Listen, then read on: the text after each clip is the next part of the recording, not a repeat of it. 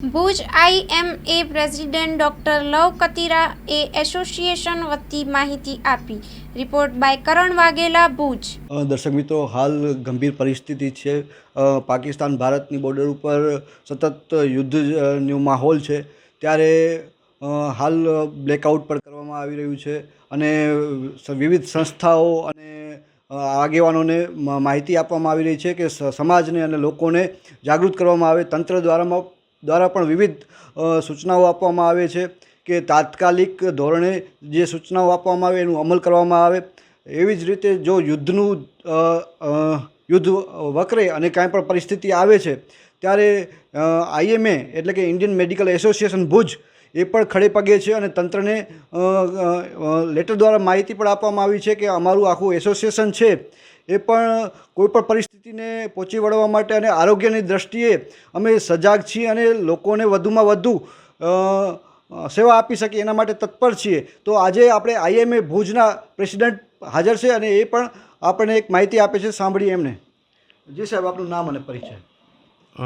મારું નામ ડૉક્ટર લવ કતીરા છે. હું આઈએમએ ભુજનો પ્રમુખ તરીકે ફરજ બજાવું છું અને અત્યારે જે યુદ્ધની પરિસ્થિતિ પેદા થઈ છે દેશમાં અને આપણા જે શૂરવીર સૈનિકો જે બોર્ડર ઉપર પોતાની અવિરત સેવાઓ આપે છે, તો અમારું ઇન્ડિયન મેડિકલ એસોસિએશન પણ એક જાગૃત નાગરિક તરીકે અમે લોકો દેશની સેવા કઈ રીતે કરી શકીએ તેના માટે અમે લોકો સરકાર સાથે, તંત્ર સાથે ઊભા છીએ અને અમારી 300 ડૉક્ટરોની જે ટીમ છે એ કોઈ પણ એવી વિકટ પરિસ્થિતિમાં અગર આપણા જો ઘાયલ સૈનિકો અથવા તો નાગરિકોને મેડિકલ સર્વિસીસ, ઇમરજન્સી એમ્બ્યુલન્સ સેવા છે અથવા તો દાખલ કરવાની પણ જરૂર પડે તો ઇન્ડિયન મેડિકલ એસોસિએશનના તમામ ડૉક્ટરો મફત સેવા આપશે એવું અમારો નિર્ણય છે અને એ રીતે અમે લોકો પૂરી રીતે તૈયાર છીએ.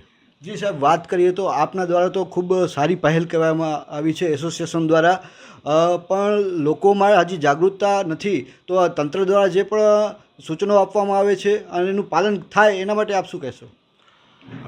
લોકોમાં જાગૃતતા લાવવી એ ખૂબ જ જરૂરી છે. આપણે જાણીએ છીએ કે યુદ્ધની જે પરિસ્થિતિ છે એ ઘણા વર્ષો પછી સર્જાઈ છે. લગભગ 1971 પછી 50 વર્ષથી ઉપર થઈ ગયા છે. તો જે યુવાનો છે એ લોકો માટે ખૂબ જ જરૂરી છે કે યુદ્ધના કેટલા હદ સુધી નુકસાનો થઈ શકે છે અને એને ગંભીરતાથી લઈ અને સરકારની જે તંત્રની જે ગાઈડલાઇન્સ છે અને સૂચનાઓ છે એનું એક સ્ટ્રિક્ટલી ફોલો કરે અને ઘરમાં રહે, કારણ વગર કોઈ જરૂરી કામ વગર બહાર ના નીકળે અને એકદમ શાંતિ જાળવે અને એ ઉપરાંત જે બ્લેકઆઉટનો જે નિર્ણય છે સરકારનો એને પણ પૂરેપૂરો સમર્થન નાગરિકો આપે એવી મારી ઈચ્છા છે.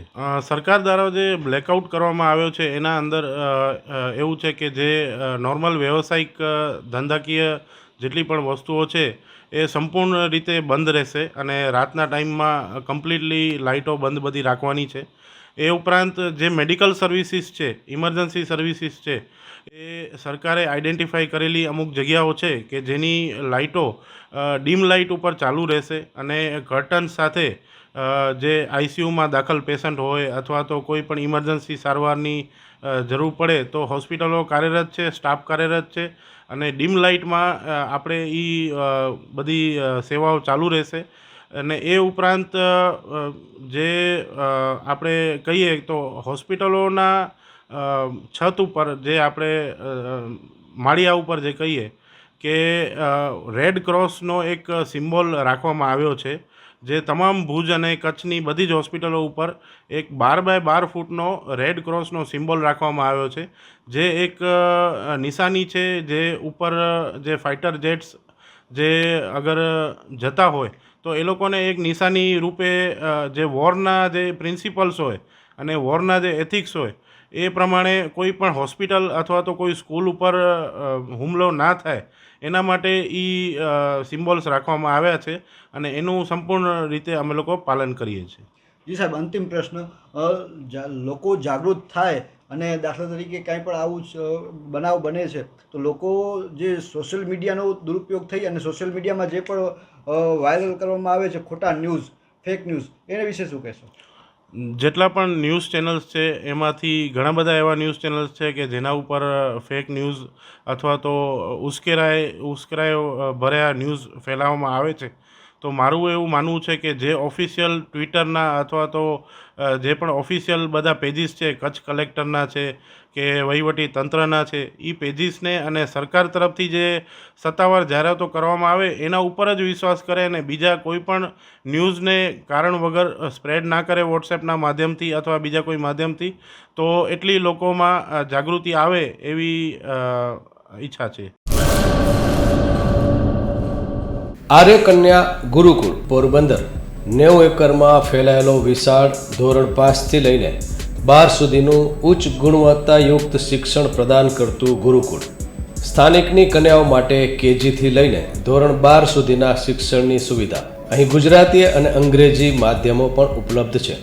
ગુરુકુળમાં કોમર્સ અને આર્ટ્સના વિષયોમાં ગ્રેજ્યુએશન સુધીના અભ્યાસક્રમની વ્યવસ્થા પણ છે. અભ્યાસની સાથે સાથે વ્યવસાયિક અભ્યાસક્રમો પણ વિદ્યાર્થીઓને પૂરા પડાઈ રહ્યા છે. અભ્યાસની સાથે દરેક પ્રકારના ખેલમાં વિદ્યાર્થીઓને કોચિંગ પૂરું પાડવામાં આવી રહ્યું છે. અહીં વિદ્યાર્થીઓને અભ્યાસની સાથે વેદ ધર્મગ્રંથના અભ્યાસ પણ અપાઈ રહ્યા છે, જેથી આપણી સંસ્કૃતિ ઉજાગર થઈ શકે. ગુરુકુળમાં અત્યાધુનિક ઢબે શિક્ષણ અપાઈ રહ્યું છે, જેથી છાત્રાઓ સમય સાથે તાલ મિલાવી શકે. અભ્યાસની સાથે સાથે સારા સંસ્કારોનું સિંચન કરવું તે ગુરુકુળની વિશિષ્ટતા છે, પરંપરા છે. આર્ય કન્યા ગુરુકુળ પોરબંદરમાં આપની દીકરીઓના એડમિશન માટે આજે જ સંપર્ક કરો 8258 030 33 8258 040 40 4.